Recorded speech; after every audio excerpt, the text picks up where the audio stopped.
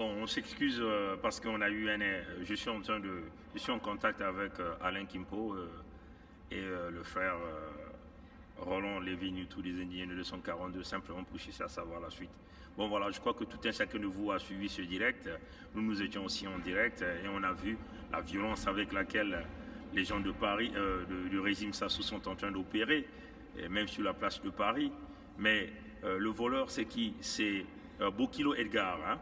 Mais nous avons pu le repérer, nous avons posté des photos, nous avons pris les grands formats de son approche jusqu'à ce qu'il a mis la main sur le téléphone de Roland Nitou.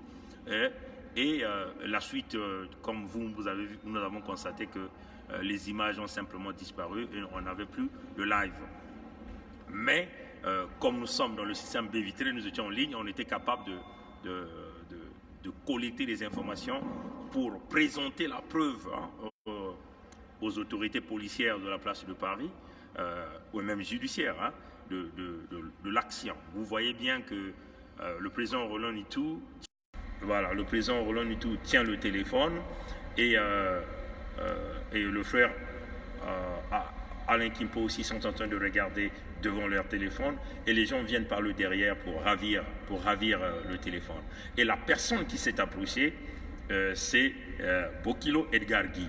Donc ça sont des preuves palpables qui démontrent la violence du régime Sassou. Parce que des citoyens sont là en train de faire leurs vidéos et vous voyez Guy Edgar Bokilo, nous l'avons pris en grand format. On a rapproché les images, on a pris des captures d'écran et nous avons aussi déposé la preuve vidéo de quelques secondes. Vous le voyez bien, il vient, il ravit le téléphone. Mais nous tenons à rassurer le peuple congolais. J'étais tout à l'heure en communication, j'ai parlé au président Roland et tout, je parlais au frère Alain Kipo, ils se portent bien, on ne les a pas touchés, mais Edgar Bokilo, après avoir pris le téléphone, il a couru droit vers le Bristol de Paris. Bon, Roland Nitu ne peut pas tomber dans ce piège-là, les indignés ne peuvent pas tomber dans ce piège-là en les suivant à l'intérieur de Bristol. Certainement, c'est ça qu'ils étaient en train d'attendre. Bon, présentement, ils sont au commissariat pour porter plainte, mais ils ont fui avec le téléphone du président Roland Nitu. C'est ce que certainement Sassou cherchait. Je suis convaincu que c'est Sassou qui les a envoyés. Voilà, la violence de Brazzaville se ramène sur la place de Paris. Et vous voyez le comportement des cobras de la violence. Donc ça vous démontre encore que nous sommes dans une situation où ces gens-là sont prêts à nous assassiner. Nous sommes dans une situation où les gens-là sont prêts à nous assassiner. Si en pleine journée, Guy Edgar Bokilo vient ravir une propriété qui ne lui appartient pas, ça vous démontre tout. Mais Sassou cherchait certainement ce téléphone, c'est pourquoi. Ce sont des preuves. Il va aller chercher à regarder qui sont les contacts du président Roland Nitou. Et si ces contacts-là sont dans le régime Sassou, donc éventuellement il y aura des gens qui vont se faire assassiner au Congo, c'est clair. Et nous connaissons le puissant du mal, c'est Guy Edgar Bokilo, qui devient un élément très dangereux pour la diaspora, un élément très dangereux pour tous les résistants congolais. Voilà pourquoi nous aimerons dire au peuple congolais, aux avocats que nous avons à la place de Paris, dans la solidarité, de soutenir ces frères des indigènes 242, parce que nous avons tous les éléments de preuve. Le voleur a été pris la main dans le sac en pleine journée.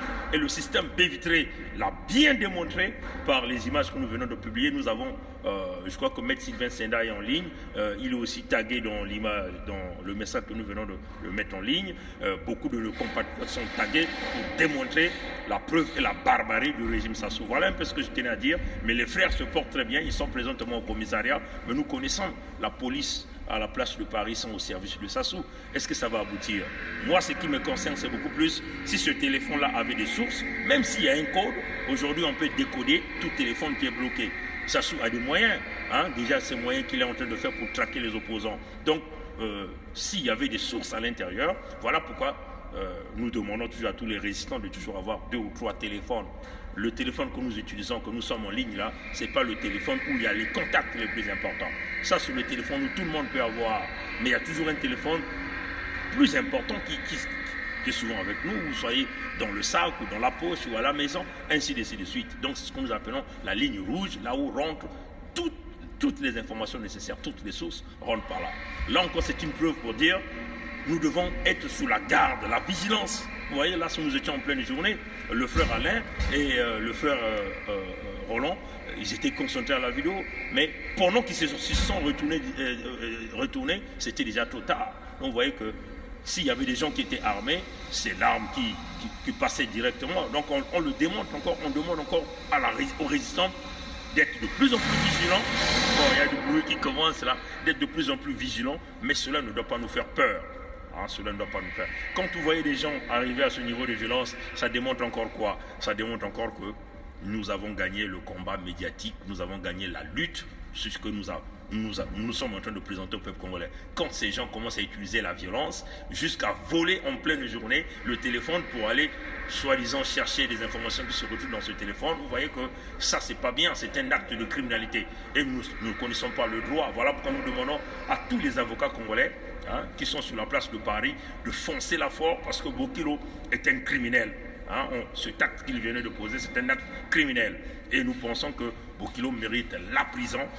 Et puis il faut, s'il n'a pas encore la citoyenneté, il faut simplement le renvoyer au Congo. Parce que l'Occident, nous n'avons pas besoin de la violence. Nous menons ce combat.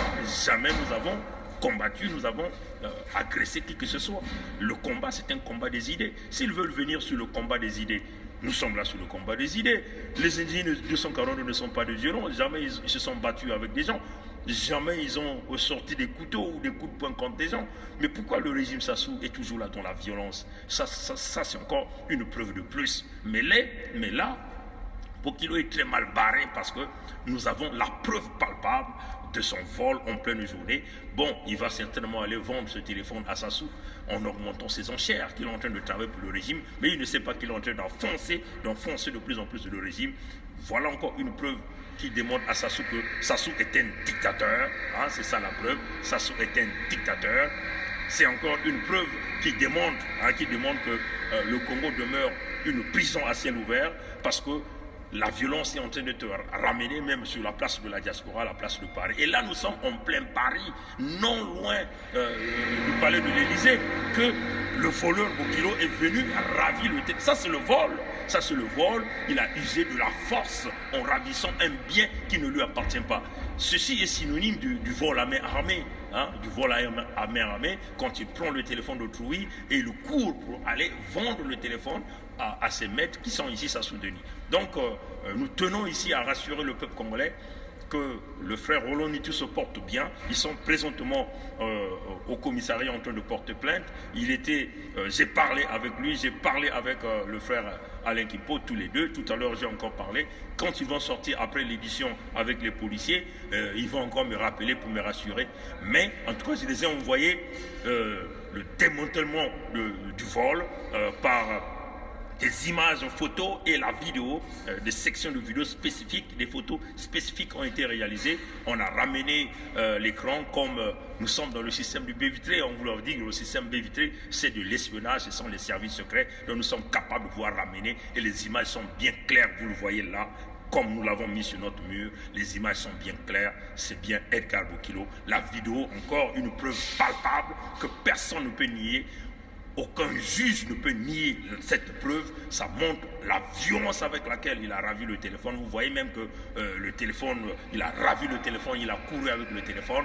Et vous voyez l'image de la violence quand il vient derrière en esprit de cobra. Voilà des gens qui ont tué le peuple congolais. Des Edgar Bokilo, c'est des gens qui ont tué le peuple congolais. Si Bokilo était au Canada ici, je vous rassure, ce type-là se retrouverait en prison de 25 ans d'emprisonnement par l'acte qu'il a posé. Mais nous allons voir si cette fois-ci la justice française va réellement dire le droit. Mais nous faisons confiance aux avocats du Congo-Brazzaville qui sont capables de pouvoir. Il faut faire condamner ce monsieur. Il faut le faire condamner.